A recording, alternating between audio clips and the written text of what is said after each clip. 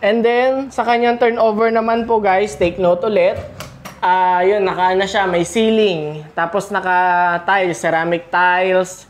Naka-painted na yung loob. Sa banyo, naka-tiles na din.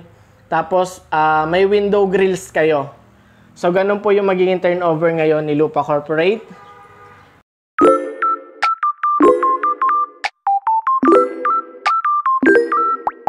Hello po, good morning. It's me again, Marco Rio, your Quezon Province Realtor.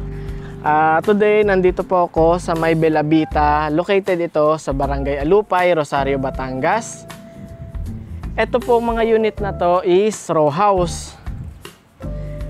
Bali po, under na po ito ni Lupa Corporate. Ito po ay ang mga foreclosed unit na nire-open po niya. So, ganyan po yung itsura ng kanyang harapan.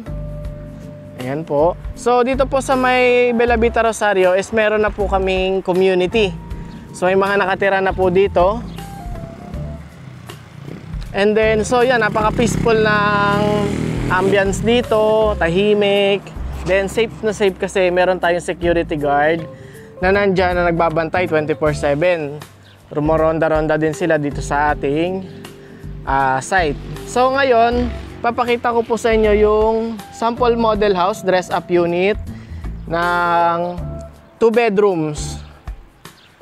So, yan, pasok po tayo. Simula po dito sa may harapan, ito po yung front. Meron pa po kayong magiging extra space dito na estimated po nasa 1.5 meters or mahigit 1 meter. So, ayan po yung may parang muhon dito. Hanggang dyan po sa may firewall ninyo. Sa inyo po yan. And then, yan, hanggang dito po sa may, ayan, hati po kayo dito, yan. Tapos, itong pathwalk po is hindi na sa inyo, hanggang dito lang po kayo sa may lakaran na ito. Then, pasok po tayo para makita nyo yung 2 bedrooms. Ito po yung kanyang living area.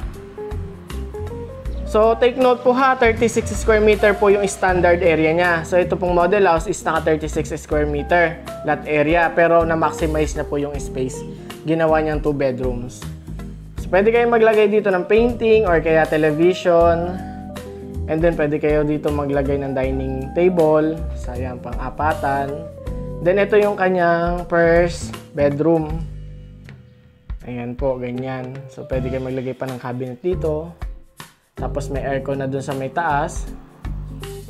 Tapos nilagyan pa ulit ng cabinet. Then sa ceiling naman niya is mataas pa po. Yan, malawak pa po. Kaya pa po ang double deck dito. Then dito naman po yung second na bedroom. So medyo mas maliit siya kumpara dun sa nauna. Yan, may cabinet dito. So ayan yung painting. Ayan yung bintana for proper ventilation.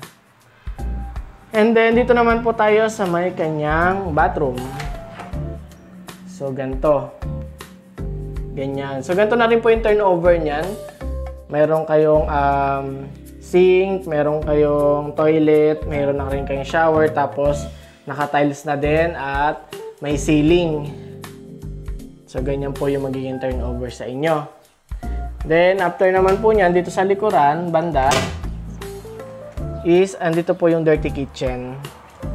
Ayan. And then, may extra space pa rin po kayo dito for service area or laundry area nyo. So, ito po yung sample. Simula po dito sa firewall na to. And then, dito po sa may muhon na to. Is hanggang dito po kayo. Sa may pader nyo po. So, yan. Ganito. Medyo malawak-lawak pa. Diba? So, yan. Na-maximize niya. Provision siya for 2 bedrooms, living area, dining area, toilet, tsaka ang kanyang service area. And then, sa kanyang turnover naman po guys, take note ulit. Yun, naka siya, may ceiling. Tapos naka-tiles, ceramic tiles. Naka-painted na yung loob. Sa banyo, naka-tiles na din. Tapos, may window grills kayo. So, ganun po yung magiging turnover ngayon ni Lupa Corporate.